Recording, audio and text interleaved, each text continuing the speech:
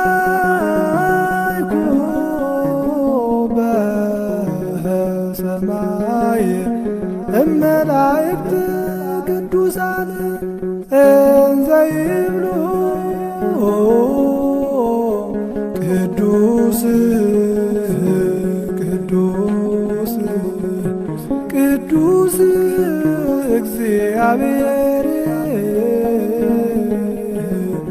መላ ሰማያተ ወምድረ ቅድሳተ ስብሐቲከ። በስመ አብ ወወልድ ወመንፈስ ቅዱስ አሐዱ አምላክ አሜን። እጅግ የተወደዳችሁ ይህንን የሳሌም ሚዲያን በመከታተል ቃለ እግዚአብሔርን የምትቀስሙ ኦርቶዶክሳውያን ካህናትና ምእመናን ባላችሁበት ሁሉ የቤተ ክርስቲያን ሰላም ይብዛላችሁ። በዛሬው የዜማ ትምህርት ፕሮግራማችን የቅዱስ ያሬድን ዜና መዋዕል ነው የምንመለከተው። አስቀድሞ በነበረን ጊዜ ከዓለመ መላእክት ጀምረን ያሬዳዊ ዜማ የምንለው የቅዱስ ያሬድ ዜማ ከመጀመሩ በፊት ስለ ዜማ የቤተ ክርስቲያን ታሪክ ምን እንደሚል ምን ቁም ነገር እንዳለው ዜማ ጠቅላላ ነገር ስንመለከት ቆይተናል። ባለፈው ሳምንት ከአባቶቻችን ሐዋርያት እና ሐዋርያውያን አበው በኋላ እስከ ቅዱስ ያሬድ መነሳት ድረስ በተለይ በኢትዮጵያ ዜማ ምን ይመስል እንደነበረ ለማሳየት ጥረት አድርገናል። ኦርቶዶክሳውያን በዓለም ደረጃ ከቅዱስ ያሬድ በፊት ከዜማ ጋር ተያይዞ ስማቸው በበጎ የሚነሳ አባቶቻችን ቀደምቶቻችን እነማን እንደነበሩ በዜማ ስራቸው ላይ ምን አይነት አሻራ እንዳሳረፉ የሚመለከቱ አንዳንድ ሀሳቦችን ነበሩ ተነጋግረን ነበር ማለት ነው። በዛሬው ፕሮግራማችን በቀጥታ ቅዱስ ያሬድ አባታችንን ኢትዮጵያዊውን የዜማ ሊቅ የምንዳስስ ይሆናል። የዛሬው ሀሳብ አንደኛ ቅዱስ ያሬድ የዜማ አባት ማን ነው? ሁለተኛ ለቅዱስ ያሬድ የተገለጸው ዜማ ምን አይነት ነው? ሶስተኛ የቅዱስ ያሬድን ዜማ ኦርቶዶክሳዊት ቤተ ክርስቲያን መጠቀም እንዴት ጀመረች በሚሉ ሀሳቦች ዙሪያ ላይ በጣም ጥቂት እንላለን። በነገራችን ላይ ይህ የቅዱስ ያሬድ ዜና መዋዕል ስለ ዜማ በተጻፉ መጻሕፍት ሁሉ ላይ የተጻፈ ነው። ቅዱስ ያሬድ የተወለደበትን ዘመን፣ የወለዱትን ወላጆቹን፣ እንደገና ደግሞ ወደ ትምህርት ቤት ገብቶ ትምህርት እንደጀመረ ከትምህርት ጋራ የነበረው ግንኙነት፣ የቸገረው ችግር፣ የችግሩ መፍትሄ ሆኖ ደግሞ የመጣው ነገር ስለ ዜማ የሚያነሱ መጻሕፍት ሁሉ የሚጽፉት በአብዛኛው ይሄንን ነው። ስለዚህ ብዙ የምንቆይበት አይደለም ማለት ነው። ቅዱስ ያሬድ አባታችን በአክሱም ከተማ የተወለደ ኢትዮጵያዊ ጻድቅ ነው። የተወለደበት ዓመት 505 ዓመተ ምህረት ነው። ከወላጆቹ ኢትዮጵያውያን ደጋግ ሰዎች አባቱ አብዩድ ወይም ይስሐቅ ይባላል። እናቱ ታውክልያ ወይም ደግሞ ክርስቲና ትባላለች። ከነዚህ ሁሉ ሁለቱ ደጋግ ክርስቲያኖች የተወለደ ደግ መንፈሳዊ ሰው ነው ማለት ነው። ነገር ግን ቶሎ አባቱ በሞት ስለተለየው ከእናቱ ጋራ ብቻ ኑሮውን መግፋት ተያያዘው። እናቱ ታውክልያ ወይም ክርስቲና ጌዴዎን የሚባል መምህር ወንድም አላት። በ6 ዓመቱ ገና በ6 ዓመቱ ማለት ነው ቅዱስ ያሬድን ልጇን እንዲያስተምርላት ወስዳ ትምህርት ቤት እንደሰጠችው ነው ታሪኩ የሚናገረው ማለት ነው። ጌዴዎን አስተማሪውና አጎቱ ተግቶ ያስተምረው ጀመረ። ስለ ትምህርቱና ስለ ትምህርት አያያዙም እጅግ በጣም ይቆረቆርለት ነበረ። አጎትም ስለሆነ የአባቱ ምትክ እንደሆነም ስለሚያስብ ማለት ነው። ነገር ግን ቅዱስ ያሬድ ገድሉም በስለሱ የተጻፈው ሁሉ እንደሚያስረዳው ትምህርት ጠነነው፣ ቶሎ አልገባውም፣ በጓደኞቹ ተበለጠ፣ ወደ ኋላ አለ በትምህርቱ የሚል ታሪክ ነው ያለው።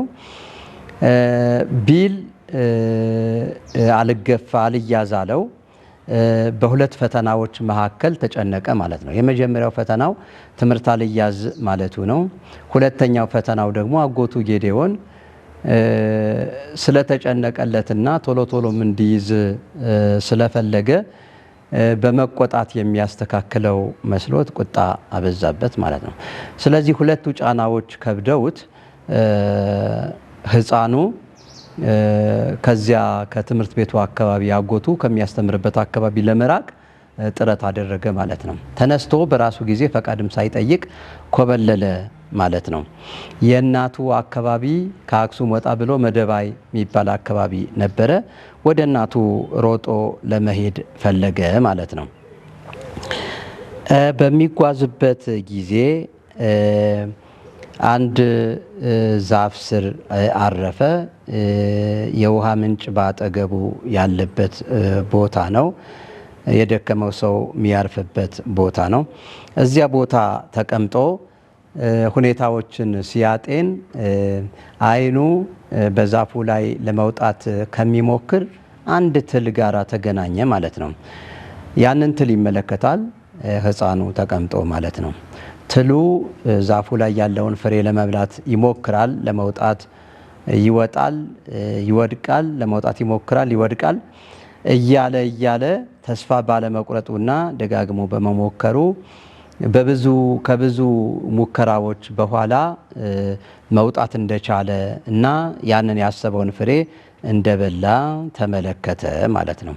ትምህርት ሆነው እኔም ደጋግሜ በሞክር የተቆጣኝን አጎቴን ጌዴዎንን ይቅርታ ብጠይቅ እንደገና ትምህርቴን እንዳዲስ ብጀምረው እንደዚህ ትል ይሳካልኛል ብሎ አሰበ ማለት ነው። ተመልሶ ሄዶ መምህሩን ይቅርታ ጠይቆ ትምህርቱን መማር ጀመረ ማለት ነው።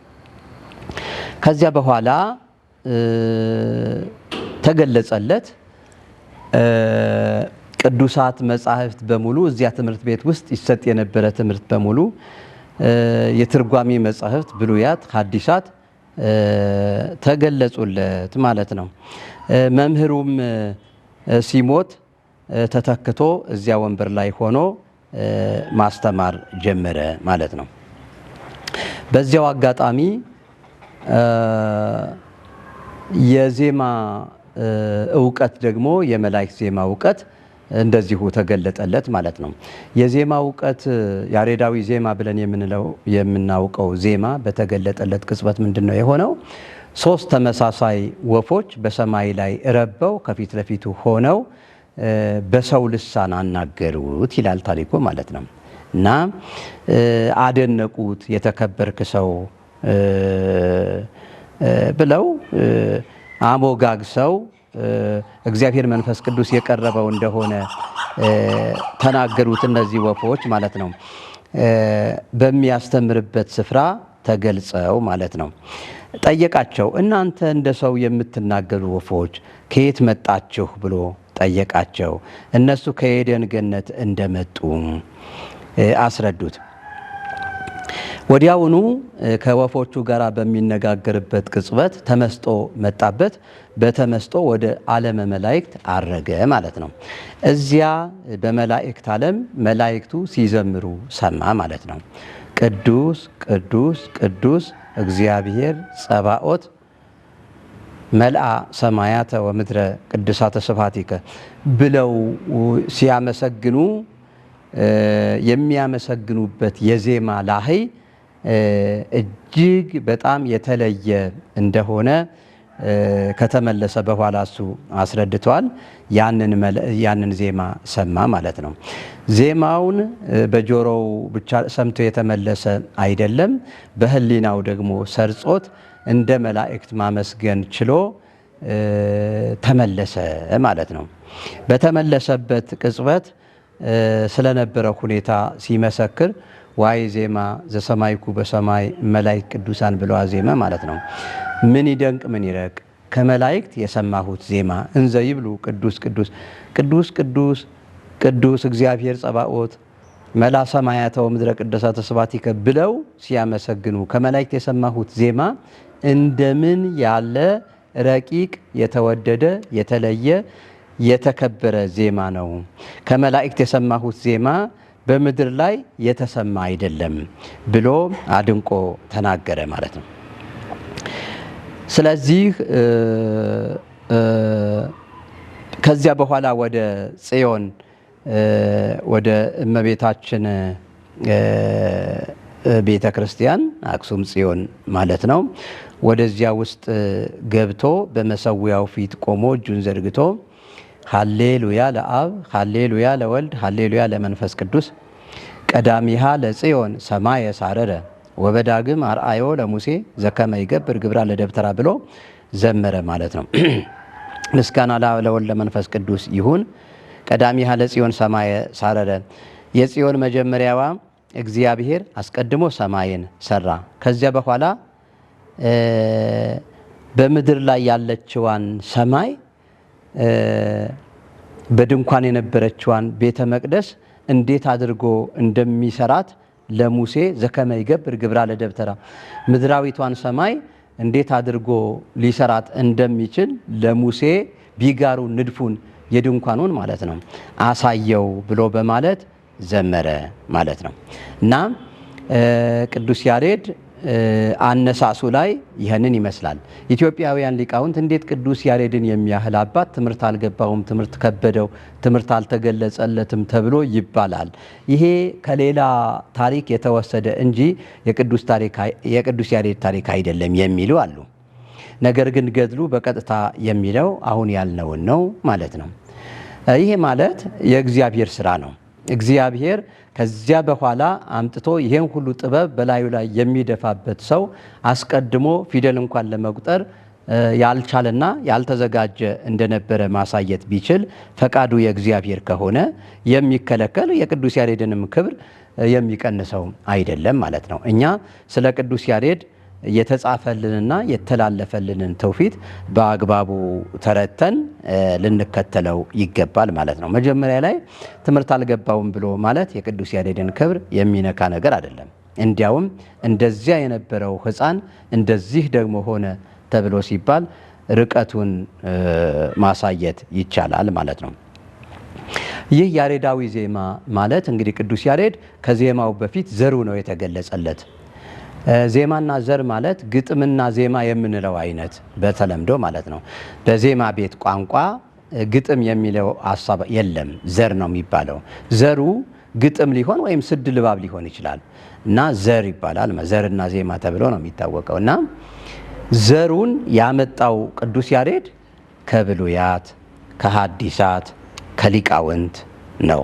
ከዚያም በላይ ያንን ጠቅሶ ከነቢያት ትንቢት ቢሆን ከሐዋርያት ትምህርት ቢሆን ያንን ያመጣው ታሪክ አስቀድሞ የጠቀሰው ጥቅስ እሱን ይተረጉመዋል፣ ያመሰጥረዋል።